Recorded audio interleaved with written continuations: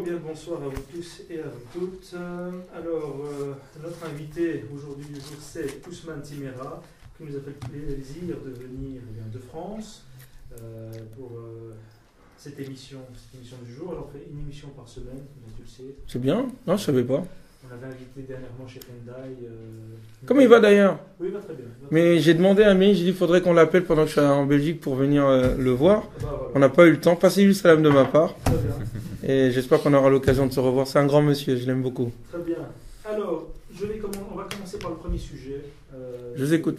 C'était sur la question du terrorisme islamique, en tout cas, le terrorisme qui se réclame de l'islam, en tout cas. Ce que je voulais savoir en premier lieu, c'est est-ce que les djihadistes actuels, est-ce que c'est leur idéologie, est-ce que ce n'est pas la dernière idéologie qui reste dans ce monde moderne, la dernière idéologie politique, la dernière idéologie qui motive encore les jeunes dans ce monde? Il y en a une autre aussi, qui est bien plus puissante et plus conséquente mais invisible, c'est l'idéologie économiste et libérale dans laquelle nous nous trouvons. Et dont les fondamentalismes et les radicalismes de tous bords, que ce soit populisme d'extrême droite ou fondamentalisme religieux musulman, sont un peu les faire-valoir. Quand bien même ils se réclament d'une opposition à cet ordre du monde. Donc ça aussi, il ne faut pas l'oublier. D'autre part, effectivement, c'est dans une situation de crise, de manque de repères, de besoin de sens, de transcendance, d'un nouveau projet de société, d'un idéal, dans cette absence-là, dont nous sommes responsables tous collectivement, eh bien, le recroquevillement identitaire et religieux est le refuge de ceux qui n'ont pas d'autres visions et d'autres perspectives.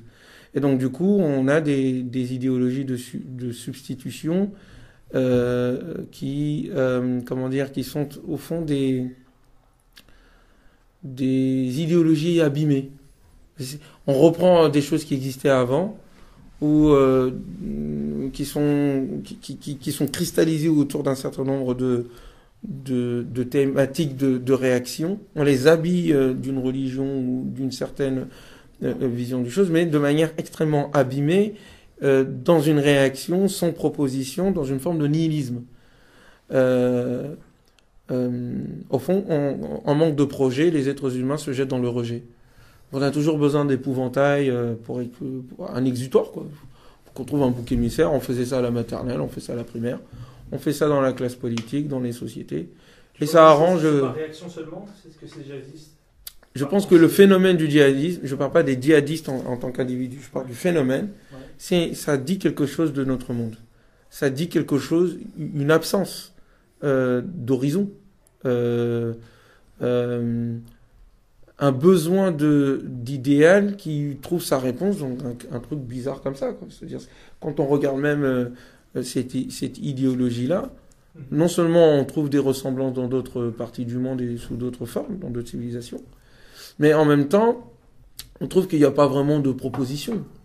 On a une réaction qui est de revenir à un modèle ancien, fantasmé souvent, pas très profond.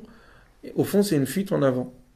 C'est comme ça que je le comprends, le phénomène. Cette proposition a toujours existé dans le monde musulman ou dans la mentalité islamique? Non, il y a eu plusieurs propositions, il y a eu plusieurs types de manières de répondre aux défis. Il y a... Quand on parle parce que les prédicateurs en France, en Belgique, dans le monde francophone, etc., ont toujours pensé à la question identitaire. Il y a toujours cet imaginaire du passé, cet âge d'or. Ça nous a toujours été rappelé dans les mosquées. Oui, certes, mais ce qui se passe dans les mosquées d'aujourd'hui... C'est pas une matérialisation maintenant ce qu'on voit. Oui, certes, c'est une matérialisation d'une certaine idée, mais cette idée-là, elle était concurrencée par d'autres idées. Et quand moi je parle de ce phénomène, je regarde dans le long terme. Là, ce qui se passe, c'est vraiment du court terme. Hein. Quand on parle de 30 ans, c'est court terme, hein, mais si on regarde sur le plan historique. Parce que cette idéologie d'Issalafis, Wahhabite et compagnie, il faut regarder sur les 2 siècles qui viennent de s'écouler, avec les mouvements de réformisme, les tentatives de retour à la source pour conjurer la décadence, ou en tout cas l'arriération des sociétés musulmanes, d'une part, et d'autre part, pour résister à la colonisation, d'autre part, et en même temps essayer de combler une blessure narcissique.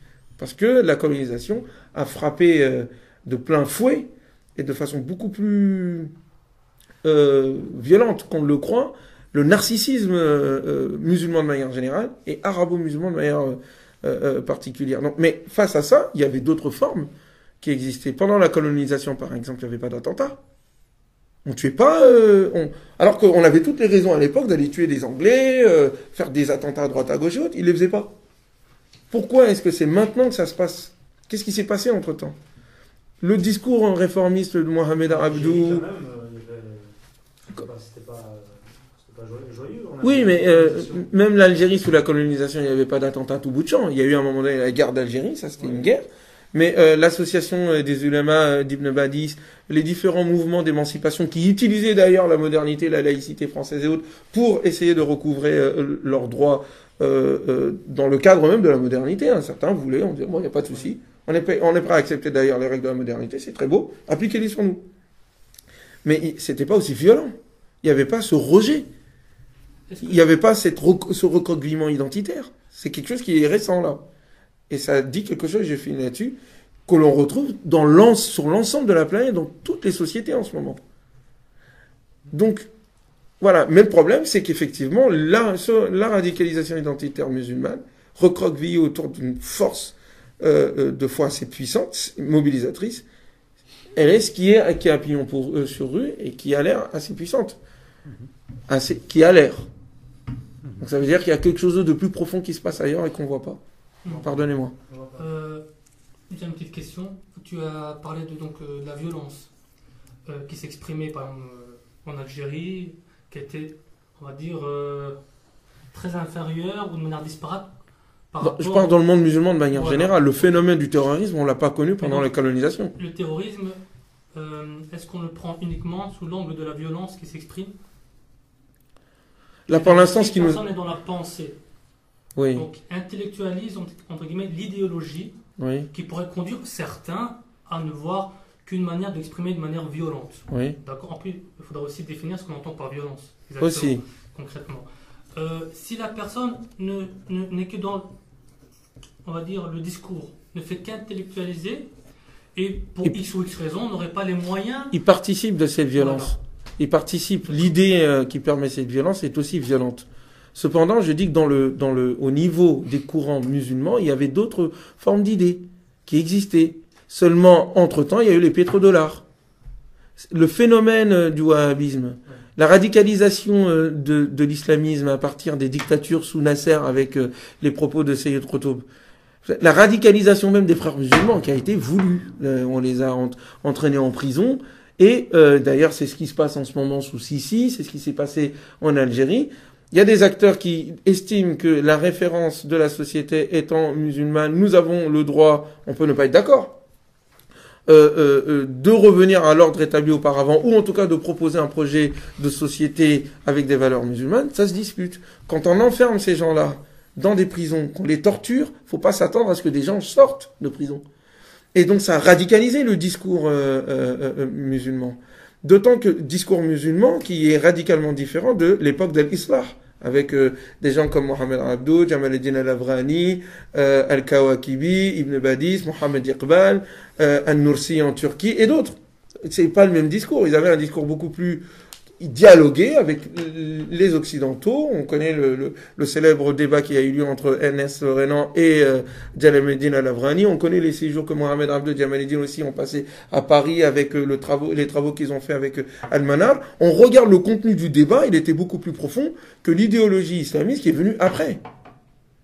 Où on a idéologisé l'islam comme un moyen de combat politique, en se contentant en fait de la question de la gestion politique immédiate, au lieu d'aller dans la réflexion profonde qui avait été commencée par ces réformateurs-là. Donc il y a eu quelque chose qui s'est passé. Mais encore une fois, dans le monde musulman, il y avait d'autres types de réponses en termes de résistance. Qu'est-ce qui s'est passé entre-temps? Est-ce que si Mohamed Abdou, ou des gens comme Jamal Eddin Al-Avrani, ou bien Saïd Al-Nursi, qui a été entre-temps enfermé par Atatürk en prison, ou d'autres personnes. Si ces gens-là avaient réussi à avoir les financements dont a bénéficié la version wahhabite, on ne serait pas en train de parler de notre situation d'aujourd'hui. On serait sur un autre monde, là. Donc il y a eu des choix qui ont été faits. On a soutenu des courants et on en a bloqué d'autres. Et en même temps, dans une situation de crise globale, où au fond, nos intellectuels et nos théologiens ont été incapables de véritablement, dépasser les cadres idéologiques et théologiques dont on a hérité, qui sont restés dans les cadres des sciences islamiques telles qu'elles ont été données, qui n'ont fait que répéter ou réformer au niveau des points secondaires. C'est forcément insuffisant face à une crise globale qui nécessite une remise en question fondamentale et profonde, mais à partir de la révélation. Donc, en l'absence de ce genre de discours-là, forcément, les gens vont aller chercher ailleurs. Et on est dans cette situation-là. Oui, ici, je suis parfaitement en accord avec ce que vient de dire le frère Ousmane. La seule chose, c'est qu'il a parlé du libéralisme économique comme un des facteurs qui crée, on va dire, cet appauvrissement du débat. Et cet appauvrissement du débat est tout à fait visible aujourd'hui en terre d'islam. Effectivement, lorsqu'on voit les débats qui ont eu lieu entre Qadi Abdel Jabbar, et entre les Mu'tazilites et les Ash'arites à l'époque, on se demande qu'est-ce qui a pu se passer entre le 9e siècle ou le 8e siècle et le 21e siècle pour un tel appauvrissement du débat. Maintenant, encore une fois, je pense que le débat de fond, c'est quelle est la racine. La racine qui donne naissance à la violence au nom de l'islam. C'est là vraiment le débat de fond. Alors ici, le problème, c'est que en fonction des lieux où on se trouve, par exemple en France, on entend souvent des pseudo-intellectuels ou des prédicateurs qui, évidemment, essayent d'utiliser un certain argumentaire pour justifier, quelque part, ce phénomène. C'est-à-dire que soit on va utiliser le sociopolitique pour essayer d'expliquer en fait que les conditions sociales mèneraient certaines personnes à se faire exploser ou à tuer au nom de la religion. D'autres, comme Burga par exemple, vont essayer de politiser le débat en mettant en avant le fait que l'axe central de la violence, c'est le politique en tant que tel, et c'est le politique qui détermine cette violence. Et d'autres vont essayer de mettre en avant l'aspect idéologique de cette violence, c'est-à-dire un peu comme tu viens de faire par rapport au wahhabisme. Parce que finalement, lorsqu'on étudie cette violence au nom de la religion, la naissance de la violence au nom de l'islam, elle n'a pas commencé dans un contexte sociopolitique donné. Quand les Khawarij ont commencé à tuer au nom de l'islam et à verser le sang au nom de l'islam en croyant vraiment qu'ils étaient l'incarnation du vrai, il n'y avait ni CIA, ni Mossad, ni oppression politique, ni colonialisme. Il y avait une pensée puriste qui voulait être plus catholique, excusez-moi, bon, je ne sais pas si on peut utiliser le terme plus catholique que le pape ici, mais qui voulait être plus musulman que le prophète, et qui estimait qu'en fait, il se sentait épris de la mission d'être les oraux de l'islam, et de purifier finalement la planète de toute forme d'impureté, et donc en l'occurrence l'impureté étant ici les gens qui n'étaient pas assez musulmans. Donc l'origine de cette violence au nom de l'islam, le point de départ, était idéologique. Maintenant, encore une fois, un virus, pour qu'il se répande dans la société, il faut qu'il ait certaines conditions. Il peut avoir certaines conditions climatiques ou autres peuvent favoriser l'émergence du virus. Mais est-ce que la racine même de ce virus, ce n'est pas idéologique? C'est-à-dire que l'histoire, par exemple, quand Mohammed ibn Abdul Wahhab a épuré la péninsule arabique des chiites, des soufis, des libéraux, il n'y avait ni colonialisme, ni oppression politique, il y avait tout simplement une personne qui estimait qu'il détenait la vérité de l'islam authentique, et des gens qui n'étaient pas assez authentiques pour lui. Alors, la question, c'est vraiment l'origine de cette violence, historiquement parlant, elle n'est pas sociopolitique, elle est idéologique. Maintenant, les conditions sociopolitiques favorisent cette émergence de cette violence, non? Alors, il y a deux points. La première des choses, je pense que la violence au nom de la religion est une violence humaine d'abord, quel que soit l'habit religieux, idéologique qu'elle prend. Et donc, elle est aussi vieille que l'époque de Caïn et Abel, quand il y en a un qui a tué l'autre. Ça, c'est d'une part. Donc, c'est humain d'abord, c'est pas intrinsèquement lié à l'islam. Donc, il fallait au-delà des habits culturels et idéologiques et politiques qui sont mobilisés pour justifier. Ça, c'est un premier point. Deuxième point, il faut aussi tenir compte des spécificités contextuelles et politiques qui ont mené à un conflit.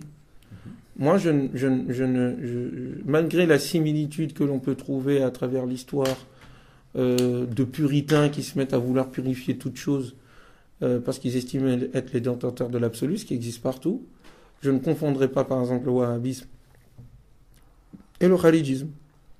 Idéologiquement, le contexte historique, dans le contexte historique de la grande fitna, on a affaire à une contre-révolution. Ceux qui ont été vaincus hier par le prophète et ses compagnons, étant devenus musulmans, mais ayant gardé un certain nombre de traditions, ayant un autre modèle de société, en alliance avec ceux qui ont été dans les anciens empires vaincus, sassanides, perses et romains, ce sont ceux-là qui se sont alliés d'une manière ou d'une autre pour renverser le régime mis en place par le prophète et par ses compagnons. Bref, donc il y a un contexte particulier, même si on peut dire que bon, il y a quand même des résonances où quelqu'un de puritain se sent à un moment donné dans la mission, il entend des voix pour dire qu'il a le droit d'aller massacrer tout le monde. Mais on a trouvé ça aussi dans le marxisme, hein, et on a trouvé ça aussi sous la terreur avec dans la Révolution française, comme on trouve ça un peu partout dans le monde. Donc il faut arriver à comprendre le phénomène psychologique humain à l'intérieur d'un cadre civilisationnel particulier et en même temps en prenant en compte les spécificités politiques, parce que l'idéologie marche quand même. Nous sommes, avant d'être des homo economicus, nous sommes des homo demens, c'est-à-dire des hommes qui produisent des idées et qui finissent par être emprisonnés par leurs propres idées. Ça aussi, ça en fait partie. Ça, c'est d'une part. Et d'autre part, déjà, le wahhabisme, à l'époque du wahhabisme, il n'y avait pas encore les libéraux, au sens comment on le comprend. C'était une réaction face à ce qu'ils considéraient être, et qui était considéré par la totalité du mouvement réformiste, comme étant des déviances. Notamment par rapport à un ordre théologique qui était déjà présent. Ce sont ceux-là qui étaient en débat avec Al-Ghazali, avec Ibn Taymiyyah, avec Ibn Khaldoun, où à un moment donné on avait une élite issue, entre guillemets, du sunnisme, de l'élite arabo-musulmane en fait, ceux qui avaient le pouvoir en fait. Face à cela, il y avait l'ancienne élite, mais qui s'est convertie, perse, de tradition gréco-hellène et autres, et qui a utilisé toujours l'islam de manière idéologique, notamment le chiisme, le soufisme ou la philosophie aristotélicienne, voire platonicienne, pour déconstruire le pouvoir en place. Donc on avait en face un pouvoir de prétention au pouvoir qui ont utilisé la religion pour pouvoir s'imposer. Donc c'est cette idéologisation de l'islam qui a produit un certain nombre d'interprétations, avec une logique d'empire et de contre-empire en vue d'avoir un autre empire, et au fond de restauration de l'ordre ancien que le Coran est venu démolir. L'esclavage, l'inégalité entre les hommes et les femmes, des choses que le Coran est venu réformer. Et donc les compagnons eux-mêmes étaient témoins parce qu'ils disaient il y a des choses qu'on fait avec les femmes à l'époque où en fait on n'osait pas le faire. Donc il y avait déjà quelque chose qui était en train de se passer. Voilà l'évolution de la société. Donc ces gens-là à un moment donné, ceux qui ont vaincu ces tentatives de réforme et de critique interne, Al-Ghazali et Ibn Taymiyyah, Ibn Khaldoun et d'autres, ce sont ceux-là qui vont reprendre le dessus. Ibn Rushd, Al-Razi, Sahrourdi, et j'ai oublié le quatrième, d'ailleurs ça me reviendra après, qui représente au fond la théologie, les scolastiques théologiens qui étaient critiqués par Al-Ghazali entre autres, les juridiques, les fuqaha aussi et leurs écoles juridiques qui ont repris le dessus, qui n'ont pas entendu la proposition de réforme. Du côté des philosophes, avec la philosophie al-Ishraqi, où on a fait un mélange du néoplatonicisme, de l'aristotélicisme, avec une version, on va dire, qui a repris en fait la théorie ancienne des Ptolémées et la vision qu'ils avaient du monde. Politique, celle-là, je veux dire. Comment ? Elle n'est pas vraiment politique. Si, parce que les enjeux dans tout le débat philosophique musulman, il y a toujours eu un enjeu politique. Les Khawarij, les Mu'tazili, tout cela, c'est né de la fitna al-kubra, c'était d'abord des positions politiques qui se sont ensuite justifiées religieusement. Contrairement à ce qui s'est passé en Occident. Bref, je ferme cette parenthèse et je reviens sur ce qui se passe aujourd'hui. Mais cependant, nous sommes dans une situation où l'époque dont on parle, les musulmans étaient dominants. C'était des débats internes, mais il y avait une dynamique interne à la civilisation musulmane qui faisait qu'elle dépassait ces crises-là, entre guillemets.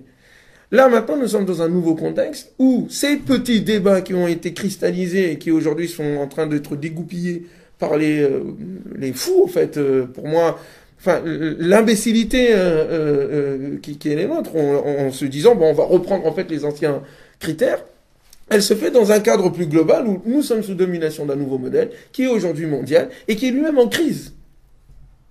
Donc voilà dans quel contexte nous sommes. Nous avons l'obligation de régler, de résoudre les problèmes intrinsèques à la communauté musulmane, crise qui a commencé depuis cette époque dont je viens de parler, et qui perdure aujourd'hui à travers le conflit stupide entre les islamistes et les laïcistes. C'est tous des singes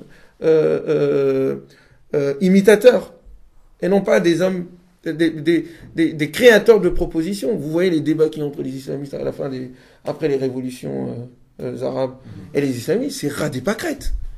Pas de propositions économiques, pas de projet de société innovant.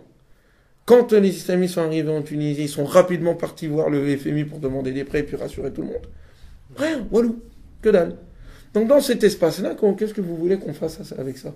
Et c'est dû à quoi, ça, à ton avis? À l'absence, d'abord, on est des imitateurs. Le taqlid dont les réformistes, que les réformistes voulaient dépasser, n'a pas été encore vaincu. On est dans une situation d'imitation, d'analogisme, on va essayer de copier sur les autres. Il n'y a pas en fait, c'est comme quelqu'un qui veut manger avec l'estomac de quelqu'un d'autre. Vas-y. Mais t'as un estomac, cousin, alors vas-y, travaille-le. Ah non, c'est beau ce qu'ils ont fait là-bas. On va essayer de manger ce qu'ils ont mangé. Il n'y a pas de civilisation sans création. D'une part. D'autre part, c'est profondément ancré avec une situation en lien avec l'idolâtrie. Que le Coran dénonce. Je suis pas en train de dire que les musulmans sont des mouchikounes, hein. Je parle du phénomène, à un moment donné, de confondre l'idéal vers lequel on devrait aller avec l'état des choses qui est le nôtre. Et de refuser de dépasser l'état des choses vers un idéal, au fond, qu'on va traiter de chimère, ou qu'on va diluer dans notre réalité en disant c'est cette réalité, on ne peut pas faire autrement. C'est intrinsèquement lié dans la pensée musulmane avec l'idéalisation que nous avons des anciens. Au fond, on se dit c'est leur modèle, c'est le meilleur.